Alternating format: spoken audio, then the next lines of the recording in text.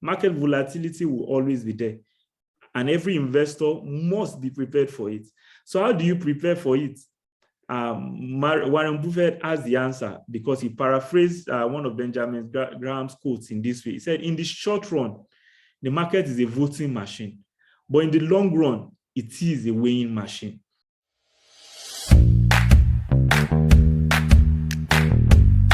Hi there, welcome to the Ecofina Financial Channel. My name is Philip, and today I'll be discussing something very critical, which is investment. Today, our focus will be on one of the greatest investors of all time, and that is Warren Buffett. And the reason why we decided to do this is because the market is experiencing a lot of volatility, and it is good and important to learn from the grandmasters, which definitely Warren Buffett is one of the greatest. So with that, we welcome you to this channel. Remember, subscribe and like this video so that others can also get to see it. And then we'll just take a deep dive into what we have for you today. So we've titled this, Investing the Warren Buffett Way. Investing the Warren Buffett Way. And then what we'll do is we'll look at how Warren Buffett actually learns how to invest the way he does. And then we'll look at some of the companies he targets, what he looks out for in companies, what his expectations are. And when it comes to horizon, how does he think in terms of how long he should hold the stock? So that's what we'll be looking at today. And I believe you should enjoy this. So Warren Buffett, just a brief history, is the chairman and CEO of Berkshire Hathaway. And that's definitely based in America. And he's currently 91 years. It is estimated that he's worth around $117 billion, which makes him the 6th richest man in the world. That's quite impressive. And he's majorly an investor who has who has distinguished himself really in being able to pick out the best companies when it comes to investments. So when it comes to strategy, where did he get the strategy from? He got it from one man called Benjamin Graham. Now, Benjamin Graham is known as the founder or one of the prominent members when it comes to the schools of value investing. So Warren Buffett actually was a student of Benjamin Graham at the Columbia Business School in America, and then later even worked in his company for some years before he also started out. So Benjamin Graham believes that value investing is the way, and he learned his lesson really during the Great Depression, which was between 1929 to sometime in the middle of the 1930s, which is a market volatility that really affected his investments. So that was what actually helped Benjamin Graham to develop the value investing strategy. So, of course, Benjamin Graham taught a lot about value investing, and value investing, when we look at it as a strategy, is really assumes that there's potential in the market. So it's about looking for stocks that are undervalued. You look for stocks based on some parameters that are undervalued, and then take a position in them, believing that they will grow. Now, it assumes that the market is efficient, especially in the long run, that even if the market does not recognize the value of the stock in the short term, over time, the market is going to adjust to what the true value of the company is. And when the market has, adjusts to the true value, those who have taken a position at the time when it is undervalued stand to benefit in the long run.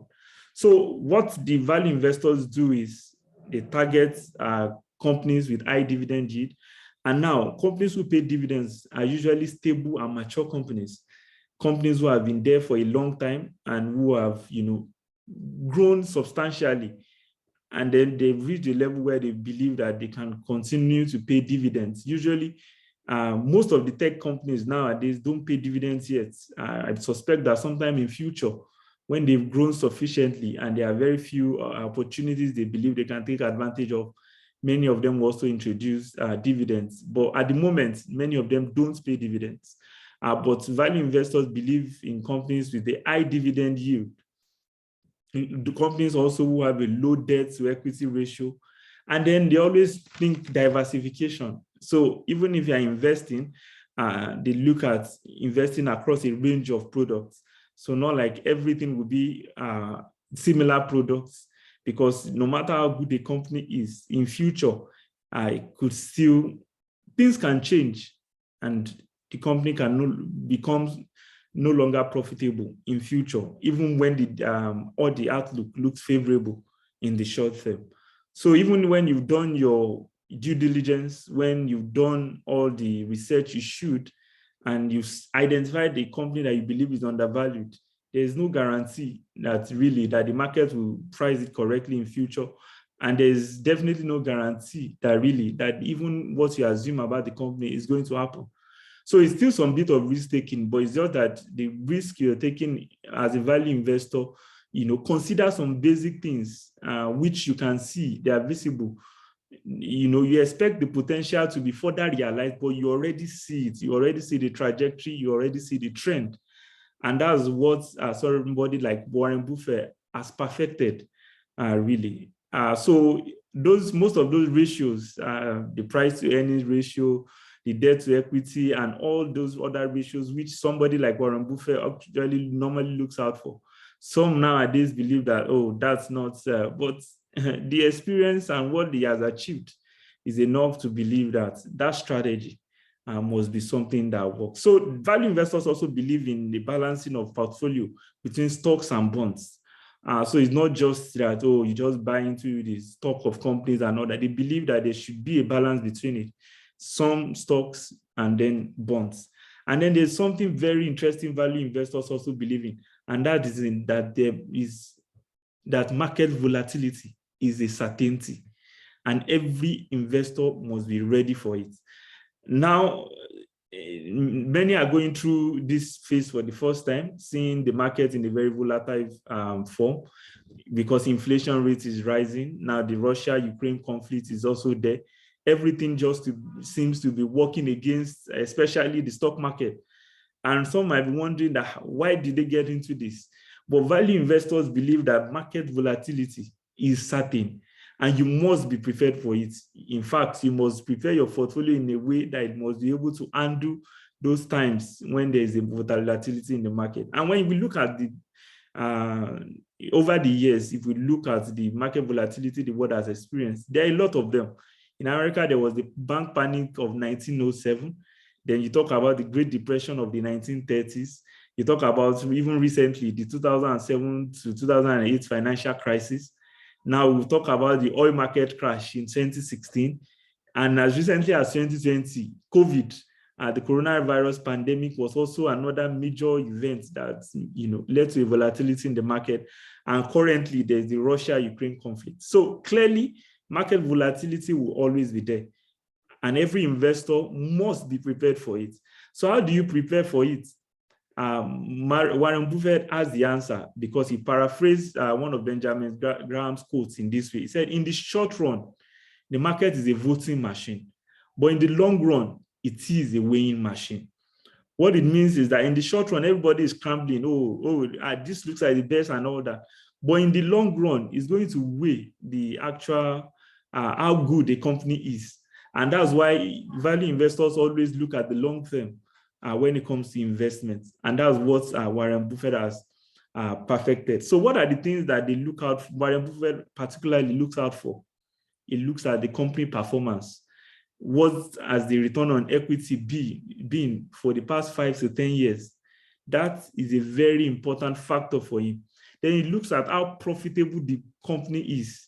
It's not just about the revenues. Anybody who has heard of Wirecard, of Enron, knows that revenue usually is easily manipulated, but profits is less so. So they look at profits. Is the company really profitable? Are they really making profit? Then they look at the debt of the company. How large is it? Can the company survive with the level of debt it has? And also usually they try to focus on public companies. And that's because public companies are more transparent in their dealings. Their financials are readily available. You can look at it, investigate, check it, and then invest based on what you see. The information is all there in the market and the public glare. Not like private companies where you sometimes do not even know the intricacies. The more you look, the less you see. So they believe so much in, the transparency in the financial, so they deal with public companies more. And then they look at what reliance that company has on commodities. There are different commodities, oil, rice, and all that. And then they look at that to assess what impact that could have on their business. And then essentially, they also look at company management. Company management, that cannot be overemphasized because no matter how good a strategy, no matter what the line of business is, if the company management is not good enough, then there's no way they can achieve anything important. So company management is another thing they look out for. So how does Warren Buffett implement his strategy? So he looks at the divergence between the intrinsic value of a company and its market value. Like I said, they do a lot of calculations, checks the ratios of companies, checks their price to earnings, check their return on equity, checks the debt to equity, and sees how that varies from the peer companies. Those companies are in the same category as this company, and then looks at it and determines whether the company is actually truly well valued or is well below its intrinsic value.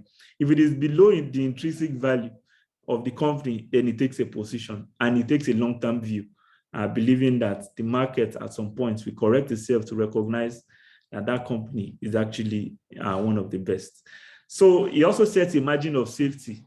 So it's not like you go into a business where, you just look at, you don't set a margin of safety for yourself. At least there should be a 5 to 10% variation between the intrinsic value and the market value. Otherwise, even as a result of data issues, anything can happen. Also, he looks at investing in viable business, like I said, profitable businesses. Those are the things he looks out for. Profitable businesses. If the business is not profitable, it's not going to be there. Then he tries to ignore the noise. There is a lot of noise in the market. He buys only on personal conviction. And anyone who must invest the Warren Buffett way must learn to invest by personal conviction. Oh, there will always be noise. Some people will say, oh, this works, this doesn't work. But anyone who must invest based on personal conviction. And that's what Warren Buffett does. And then he thinks long-term, like I mentioned before. And then even if the outlook becomes negative, and he checks and he sees that, oh, this company is not going anywhere, he exits this investment. There's no point staying there when you've noticed that the outlook no longer resembles what you assumed before.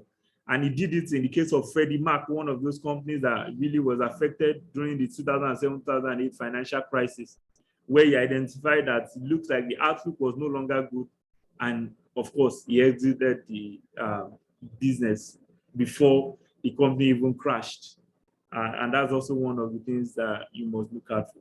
So what are the major stocks in Warren Buffett's portfolio? Apple is one of them, Bank of America, American Express, Coca-Cola. These are companies which are really viable and are turning out profits. So let's know in the comment section what you think about the Warren Buffett way of investing, and share your thoughts also about, probably you've read some things about it, and let us all learn together about this Warren Buffett, who is the king of value investing. And also remember to like this video so that all the others can also get to see it. And we'll be back with you next time. See you then.